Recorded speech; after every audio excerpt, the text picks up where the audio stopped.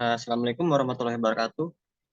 Saya Rizky Ramadan dari kelas SK7B akan menyampaikan penjelasan dari cyber ethics. Cyber ethics merupakan aturan tidak tertulis dalam dunia informasi dan teknologi yang sudah disepakati agar dapat ditaati saat berinteraksi dengan sesama pengguna produk teknologi dan informasi. Karena tidak tertulis, cyber ethics tidak memiliki batas dalam bentuk fisik secara jelas. Namun setiap pengguna teknologi dan informasi harus menaati cyber ethics yang sudah diberlakukan. Terdapat 10 perintah etika komputer yang berkaitan dengan nilai-nilai seperti yang sudah didefinisikan Computer Ethics Institute pada tahun 1992, yaitu organisasi untuk berlama yang memiliki misi memajukan sektor teknologi secara etis. Hadirnya internet di tengah pesat teknologi dan informasi sudah membentuk komunitas atau kelompok masyarakat secara khusus.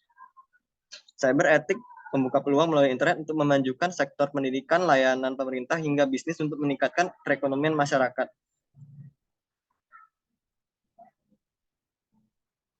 Pentingnya pengaruh internet bahkan telah menghadirkan etik yang berpedoman di Internet Engineer Task Force atau disingkat IETF, yakni etika yang menjadi panduan dalam berinteraksi dan berkomunikasi melalui internet, yang diantaranya terdiri sebagai berikut. One-to-one communication, yakni etika berinternet yang komunikasinya hanya terjadi antar individu untuk setiap dialog yang terjadi. One-to-many communication, yaitu komunikasi dalam internet dan konsep seseorang dapat berkomunikasi dengan beberapa individu yang lainnya secara bersamaan.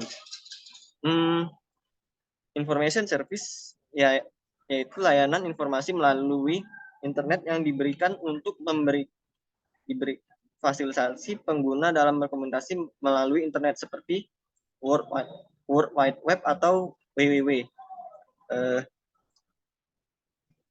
Dalam berselancar di dunia internet pun terdapat beberapa pelanggaran cyber ethics. Contohnya itu cybercrime yang akan saya jelaskan, yaitu tentang hacker.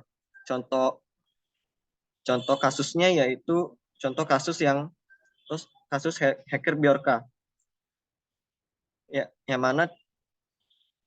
mana hacker tersebut telah melakukan peretasan terhadap beberapa data berikut, yaitu kebocoran data pelanggan IndiHome,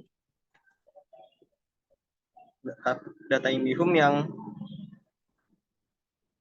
yang mana Bjorka mengunggah data 26 juta riwayat pencarian pelanggan IndiHome dan menjualnya ke situs Bridge Forum. Kemudian ada kebocoran data registrasi SIM, yaitu pada kasus ini ia mengklaim bahwa memiliki file sebesar 18 GB yang berisi data-data registrasi SIM pelanggan di Indonesia. Selanjutnya yaitu kebocoran data KPU, yang mana dia membeberkan ada kebocoran data sekitar 105 juta penduduk Indonesia, yang mengklaim bahwa data yang dimiliki terdiri dari nama, NIM, KK, jenis kelamin, tempat tanggal lahir, alamat, dan usia. Dan juga beberapa contoh kasus lain seperti kebocoran data Peduli Lindungi dan aplikasi My Pertamina.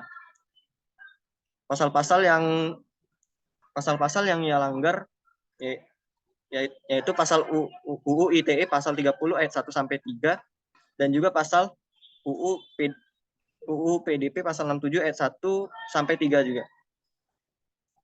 Yang mana pasal 30